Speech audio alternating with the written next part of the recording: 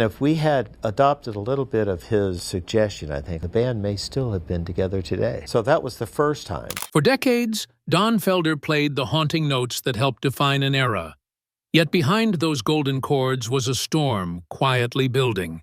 What happened? He said, we should take a month off. A little disagreement early on about how much we should work and how hard we should work. While fans soaked in the harmonies and hits, something far less harmonious brewed backstage. Now, after years of cryptic interviews and long silences, Felder is ready to speak. Really speak. What he reveals isn't just about guitars and glory. It's about power, silence, and what happens when the dream starts to rot from the inside. One story in particular, left untold until now, shifts the entire narrative. Curious how deep the cracks ran? You're about to find out. Felder's sonic shift. Don Felder's entrance into the Eagles in 1974 didn't just add another guitarist to the lineup. It introduced an entirely new sonic dimension that would help catapult the band from country rock darlings to rock superstars. Before Felder joined, the Eagles' sound was anchored in the harmonies and laid-back California style, epitomized by songs like Peaceful Easy Feeling and Tequila Sunrise. But Felder, who had cut his teeth playing with southern rock bands and had a technical command of hard rock guitar, brought an edgier, electrified tone that expanded the group's palette. His first contributions appeared on the On the Border album, most notably on tracks like Already Gone, where his aggressive playing signaled a shift in the band's musical direction. Felder wasn't just a sideman, he quickly became a core creative contributor. His guitar arrangements began to define the Eagles' evolving identity, particularly as they moved toward a heavier, radio-friendly rock sound. On 1975's One of These Nights, Felder's influence was all over tracks like Too Many Hands and the album's title song, which blended his intricate guitar lines with lush vocal harmonies. Felder's musical instincts provided an antithesis to Glenn Frey's pop sensibility and Don Henley's lyrical prowess, marrying technical and melodic sophistication into the sound of the band's most successful period. It was hardly a coincidence that in the years following Felder's arrival, the group had an upswing in its commercial viability. One of These Nights would become their first #1 album. While he may not always have received prominent credit for his songwriting, Felder, in essence, was involved in making that sound, which turned the Eagles into a household name. Beyond the proverbial Hotel California, Felder co-wrote some other primary gems like Victim of Love and Those Shoes, masterpieces that allowed him to showcase funk rhythms with burning guitar textures. These tracks from the albums Hotel California and The Long Run exhibited a color palette beyond that of the band's previous musical abilities. Felder's performance became an equally important part of Eagles' concerts, as he led long jams displaying his technical prowess and ability to engage his audience through pure musicianship. Even in his absence, enough glue was provided by Felder to strengthen the Eagles' legacy. But one riff, born in quiet solitude, would soon echo louder than any album. The solo that defined a legacy, the legendary guitar solo in Hotel California, a piece often cited as one of the greatest in rock history, began humbly in Don Felder's Malibu home studio. Working with a 4-track tape recorder and a 12-string guitar, Felder laid down a rough demo, unaware that it would become the foundation of the Eagles' most enduring hit. I would make about 15 or 16 song ideas on cassettes and mail them to Don and Glenn, he recalled in a 2023 Yahoo Entertainment interview. One of those ideas featured a moody chord progression with a rich, layered melody. That demo eventually evolved into the backbone of Hotel California, forever etching Felder's name into rock history. Felder was genuinely surprised when the band decided to preserve the structure of his original recording. I was shocked that they kept the entire structure of my demo almost exactly as I had recorded it, he said. This rare act of fidelity to a demo, especially in a major studio production, speaks volumes about the strength and clarity of Felder's musical vision. The instrumental became the canvas upon which Don Henley and Glenn Frey built their lyrical narrative, a surreal critique of American excess. While the lyrics captured the imagination, it was Felder's melody that drew listeners in, giving the song its haunting, cinematic atmosphere. Many presume that Walsh and Felder made up the famous ending solo as they played it. Nothing could be further from the truth, he said. From the inception to completion, it was a very thought-out procedure. What followed was a conversational exchange on the guitars, where every phrase was painstakingly mapped out like choreography. A dual lead that, aside from defining Hotel California, came to reshape the very expectations of what a rock guitar solo is: emotional, technically high caliber. And that defined all expectations for a lead guitar solo. It has become a legend through generations, welcoming numerous guitarists and finding itself enshrined in rock's Hall of Fame. Years later, everyone still researches and admires this perfectly balanced, contrasting solo. Felder stands by the famed Hotel California solo. He plays it note for note during his solo shows, not as an excuse, but as a salute. People come to hear what they remember, he explained. While many artists change around their classics over the years, Felder shows his respect to the song and to the fans who gave it a life of its own by sticking as close to the original as possible. No matter what bickering has transpired in the Eagles in the years since, he has proudly laid claim to writing that melody. It's more than just another song. It's a testament to what he brought to the Eagles: melodic depth, technical virtuosity, and emotional resonance, the kind that endures concerning time. The Henley Frey control era. As the Eagles evolved from a harmonious band into a global juggernaut, the balance of power gradually concentrated in the hands of Don Henley and Glenn Frey.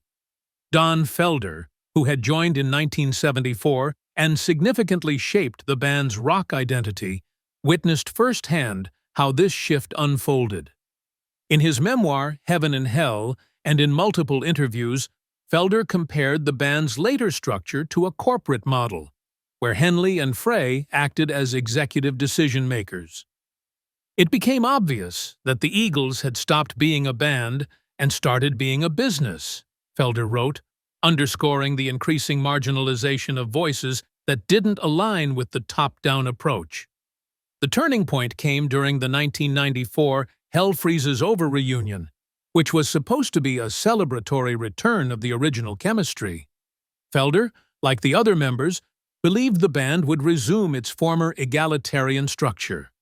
Instead, he was blindsided by a new financial arrangement proposed by Henley and Frey, one that allocated 75% of revenues to them and the remaining 25% to be divided among Felder, Joe Walsh, and Timothy B. Schmidt. As the reunion progressed, Felder's standing in the fold continued to shrink. From the outside, he was still playing all his duties as a performer and had the bragging rights to co-writing the greatest hit the band ever produced, but he was completely cut off from all major decisions. Everything, from planning tours to negotiating business matters, worked outside the parameters of the collective input of which he used to be a part. Felder compared it to working under two bosses, and it was definitely not the same collaborative experience of earlier days. Creative suggestions would often not be taken into consideration, and any challenge to the authority of Henley and Frey was interpreted as insubordination. Instead, internal politics reduced his role, not talent or contribution. This happened at a time when the Eagles were reweaving the fabric of their destiny and changing the tight bonds that had kept them together in the past. Attempts by Felder to question this new order were marked not as a call for fairness, but as a protest against the right to control. It wasn't about ego, he explained.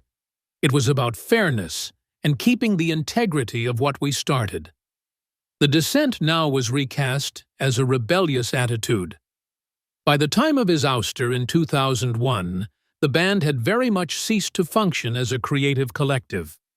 Once hailed as a triumphal reunion, the Hell Freezes Over tour now stood as paradigmatic of the Eagles' transformation, from a group of musicians to a tightly managed brand ruled over by two at the top, the cold end of an era. In 2001, Don Felder's tenure with the Eagles came to an abrupt and impersonal end, delivered not by conversation or confrontation, but by a single sheet of paper faxed to his office. "I got a fax saying, 'You're out,'" he revealed in a 2023 Yahoo Entertainment interview. After nearly 3 decades of helping shape the band's sound and image, the dismissal arrived without warning or explanation. There was no meeting, no phone call, just a stark message that underlined how far the internal culture of the band had shifted. For Felder, the method of his termination wasn't just shocking, it was deeply dehumanizing. What made the firing especially painful was its contrast with the bond Felder had believed existed within the group. Despite the growing tensions, he still thought of the Eagles as a partnership rooted in mutual history and shared accomplishments. "I thought it was going to be a band again," he said, "but they ran it like a business, and I was treated like an employee, not a partner." This comment underscores the emotional weight of the decision. Felder's contributions, from co-writing Hotel California to performing some of the group's most iconic guitar work, had been integral to the band's legacy. Yet those contributions weren't enough to shield him from being cast out in such a transactional way. Then, by that firing, Felder gave impetus to the decision to take the legal path, furthering the filing of a suit for wrongful termination, breach of contract, and unfair profit distribution, which brings down the curtain on one of the more personal internal workings of one of the most successful bands in rock history. This was soon followed by much media attention and active, knowledgeable fans, as well as industry observers, learning often for the first time about the power dynamics behind the scenes. For Felder, the lawsuit was never just about compensation. "It wasn't about money," he wrote in his memoir. "It was about honor, about being erased from something I helped build." It was later settled out of court in 2007. However, it left an indelible mark on the Eagles' public image. Felder was in a wreck right after, and he did not just disappear or sit around sulking.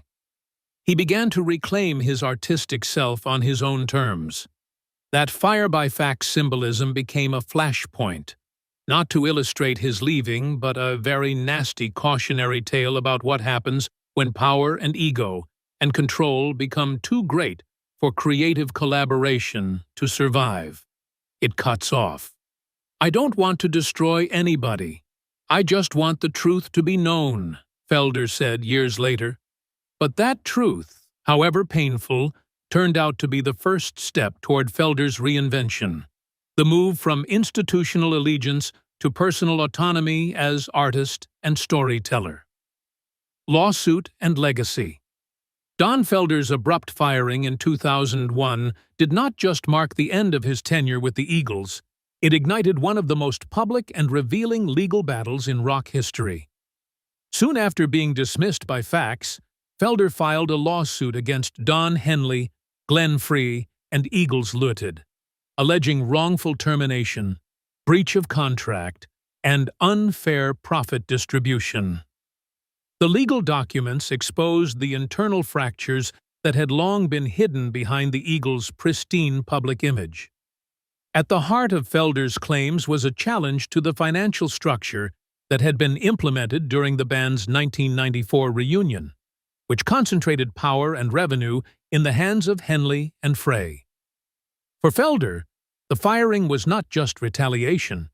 It was the culmination of a years-long battle over creative and financial equity. The lawsuit didn't just rattle the music industry, it captivated it. As legal proceedings unfolded, fans and journalists gained unprecedented insight into the inner workings of one of the most successful bands in the world. Felder described a hostile environment in which his role had been systematically diminished. It became impossible to continue under those conditions, he explained in interviews. He detailed instances where he was excluded from business discussions and treated as expendable despite his history with the band. The court case shattered the myth of unity that the Eagles had projected for years, revealing a group torn apart by ego, hierarchy, and unchecked authority. Felder himself went on record several times saying that the suit was not about him benefiting in any way from it. "It wasn't a financial issue for me," he told Yahoo Entertainment. "It was about standing up for what is right." The big reason was to build his legacy and have his musical and creative contribution to the Eagles acknowledged. The other aspect of this integrity is that he did not want just songwriting credit for the part he had to play in shaping the band's direction during its most successful years. It was much more than that. The painful process of legal action became a channel for letting the tail out of the bag that had long been kept silent. The case was settled out of court, in the end, by Felder in 2007, with no terms disclosed. But the message was clear that Felder was not going to be wiped out. The case was a watershed in his life, at least on the professional side, if not also in his private life. It also exuded him from a toxic atmosphere and allowed him to continue working on his own terms. "If I didn't tell the truth, no one else would," he later said, emphasizing the importance of voice and agency. By opening legal proceedings, Felder characterized himself as one not only unwilling to be cast aside by institutional power because he had once been an Eagle. Instead, he brought himself forward as an artist with a career too strong for institutional power to sideline. And that, in turn, expanded the discussion concerning justness within the music industry, encouraging others to speak up whenever legacy and authorship came into play. Just when the dust began to settle, Felder reached for a different kind of weapon: his words. The memoir that shook the nest. In 2008, Don Felder released Heaven and Hell, My Life in the Eagles, 1974 to 2001, a revealing memoir that sent shockwaves through the music world. It wasn't just another rock biography. It was a bold, first-hand account of power struggles, betrayal, and survival inside one of the most successful bands in history. Felder chronicled his time with the Eagles with searing honesty, detailing how the band transformed from a cooperative, creatively vibrant group into a rigidly controlled brand ruled by Don Henley and Glenn Frey. "The Eagles stopped being a band and started being a business," he wrote, setting the tone for a book that pulled no punches. It was a story that challenged the polished image fans had long embraced. The backlash was swift. Henley and Frey were reportedly furious over the revelations, and Henley's legal team responded with threats of action, accusing Felder of breaching confidentiality agreements. According to Yahoo Entertainment, they even attempted to block the release of portions of the audiobook version. Despite the legal pressure, Felder refused to back down. "I didn't write it to destroy anybody," he explained in a 2023 interview. "If I wanted to, it would be a lot heavier." This restrained approach was deliberate. While Felder could have exposed even more, he chose to maintain a balance between truth and dignity, offering readers a window into dysfunction without resorting to sensationalism. We were really compelled by what he had to say, but what stood out was the tone, Felder's raw, reflective, and often self-critical tone. He laid bare his own emotional struggles while in the band, acknowledging episodes of anger and attrition. It was this vulnerability that truly grounded the book, giving rebellious license to readers to contemplate not only what was done to Felder, but how that was reflected upon by him. "I was trying to survive in an environment where the rules kept changing," he expressed. Instead of creating a self-portrait of a perfect victim, Felder managed to detail the convolutions of a man caught between loyalty and principle. It was this kind of emotional honesty that elevated Heaven and Hell beyond a tell-all. It became an act of therapy, the forging of truth, and one man's recovery. The public split into opposing camps. Some equated the memoir with needless grievance blasting, whereas many considered it a courageous, overdue revelation. Heaven and Hell grew over the years into a truly seminal text of rock memoirs for what it had to say not just about the Eagles, but also about the darker underside of band politics and artistic control in general. He felt a desire to set the record straight in Heaven and Hell, an expression of his individuality. "If I didn't speak up, no one would ever know what really happened," he said. Thus, by going north in his story, he opened up the South, back again, to a discussion about integrity and authorship and the unmentioned costs of fame. Beyond the Eagles. After his highly publicized split from the Eagles, Don Felder faced a choice: retreat from the spotlight or re-emerge on his own terms. He chose the latter. In 2012, more than a decade after being fired, Felder released Road to Forever, a deeply personal solo album that marked his re-entry into the music world not as a band member, but as an independent artist. "It was very cathartic," Felder told Yahoo Entertainment, explaining that the album's themes of betrayal, loss, and resilience mirrored the emotional journey he had undergone since his departure. The songs were not aimed at revenge, but rather at processing trauma and rediscovering his voice through music. Road to Forever was critically well-received and featured collaborations with respected artists like Steve Lukather and David Paich of Toto. It was clear that Felder's reputation among musicians remained strong, even if his public standing had taken a hit in the fallout with the Eagles. But it was his 2019 follow-up, American Rock and Roll, that truly solidified his place as a standalone force. The album included appearances by rock heavyweights such as Slash, Mick Fleetwood, Sammy Hagar, and Chad Smith, showing that Felder was not only still respected in the industry, but also capable of rallying a cross-generational roster of talent. "This is who I am musically, without filters," Felder said, asserting his creative independence. The impact of Felder's solo work stemmed not just from the presence of his iconic collaborators, but from the emotional clarity and authenticity of the material. Free of the internal politics and creative restrictions that pushed down on his years with the Eagles, Felder's writing broadened to include such themes as aging, self-esteem, loss of love, and personal freedom. He acted as producer and arranger and played guitar, and played his role as frontman. In every aspect of the music, he took back what had become ancillary roles in the last years of the band.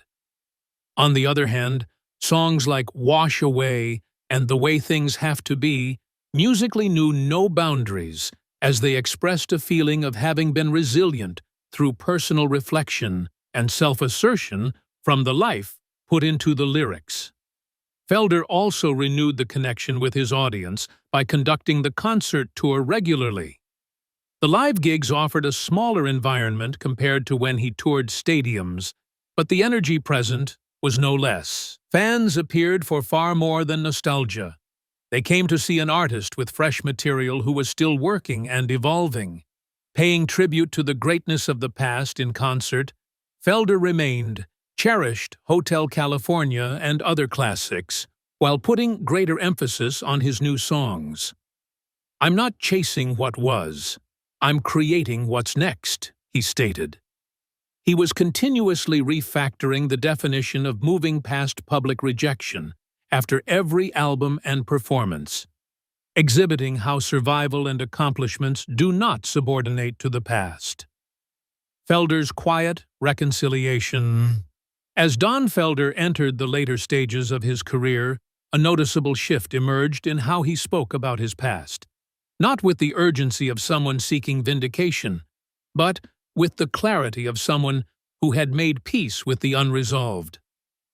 In interviews from 2024 and 2025, Felder no longer seemed intent on reliving every detail of his time with the Eagles. Instead, he reflected with emotional restraint and personal insight.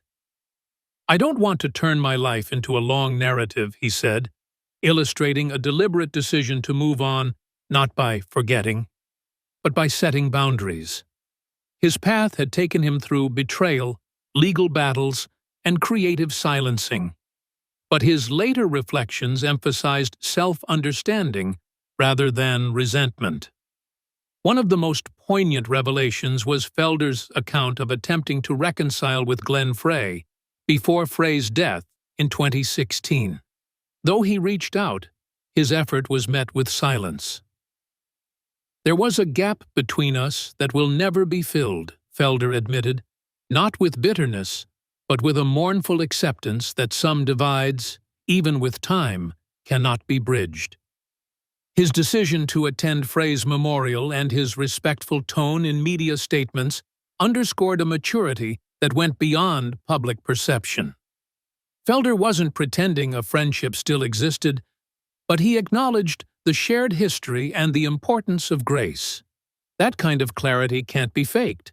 It's earned through years of reflection. Felder spoke some frank words describing his rather tortured relationship with Don Henley. "It is distant, but not hostile.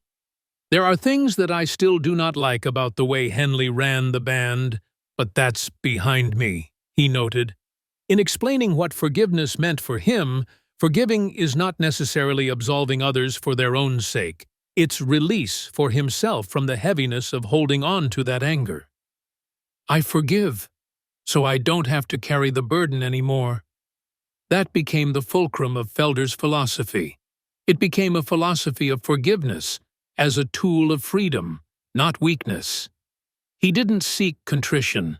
He didn't rewrite history to blunt the edges. Instead, he worked at maintaining his own welfare and sense of purpose. These ideas recur in Felder's speeches and public venues, especially at creative workshops and seminars. He cautioned younger artists about the issue of invisible burnout, the emotional erosion you suffer when your voice is constantly silenced by your ego in collaborative spaces run by ego. His lessons stretched beyond music theory and were more about psychological survival in high-pressure situations. "I'm not waiting for an apology," he said. "I did what I had to do. If it's not in the official record, it's in the music." This statement crystallized Felder's identity as an artist, one no longer defined by the battles he fought, but by the peace he chose to safeguard. Teaching through experience.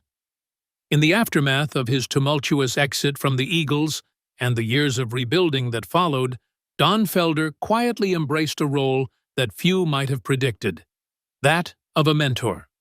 As his solo career progressed, so too did his engagement with younger artists and music communities, where he began sharing not only his guitar expertise, but also the hard-earned lessons that came from navigating the darker side of fame. Appearing regularly in guitar workshops, music seminars, and podcast interviews, Felder offered guidance that was rooted not in theory, but in lived experience. "I try to teach not just how to play, but how to survive," he said, revealing a deeper mission that extended far beyond the fretboard. Felder's message resonated particularly with those working in collaborative or corporate-dominated environments, where creative autonomy is often the first casualty. He frequently warned of what he termed invisible burnout, the emotional toll that accumulates when one's ideas are consistently undervalued or dismissed. Reflecting on his own experience in the Eagles, Felder explained how exclusion from decision-making didn't just limit his professional growth, it undermined his identity. When you're constantly working under people who don't value your input, it chips away at your sense of worth, he told Yahoo Entertainment. His insights carried the weight of someone who had lived through artistic suppression and emerged stronger, not bitter. The most powerful lesson learnt by Felder is walking away.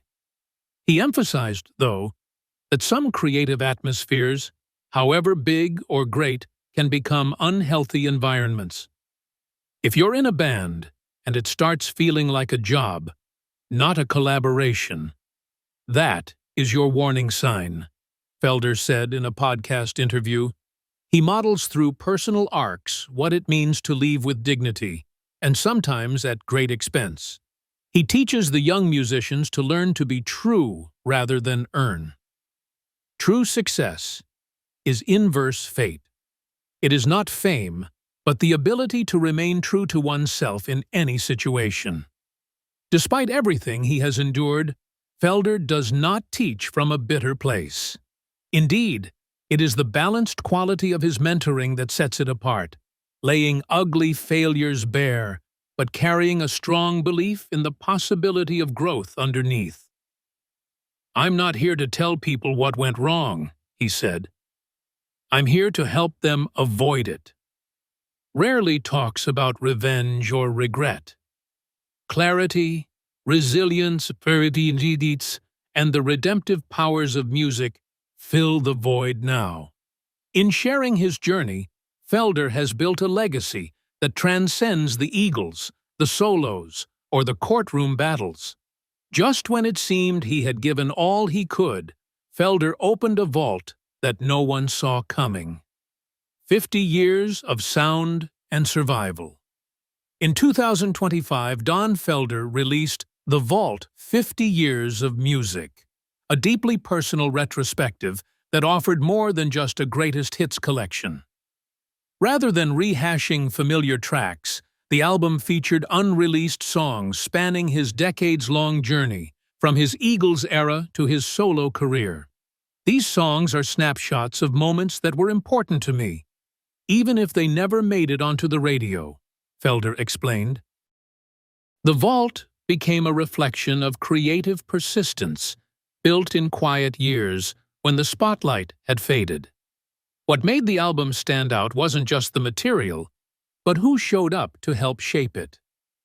Rock legends like Steve Lukather, David Paich, and Joseph Williams of Toto joined Felder, a clear sign of the respect he still holds in the industry.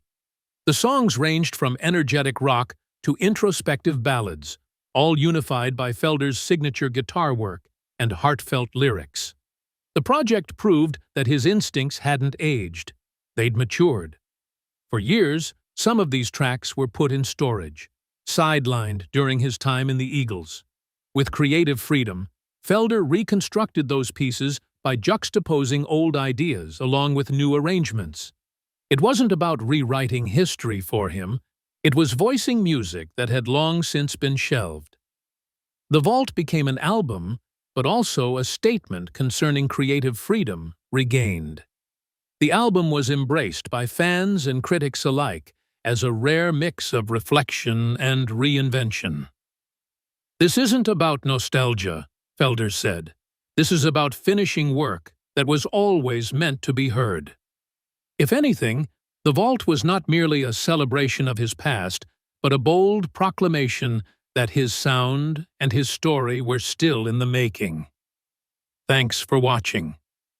If you enjoyed this deep dive into Don Felder's story and the hidden truths behind the Eagles, make sure to like the video, drop a comment with your thoughts, and subscribe for more untold stories from music history.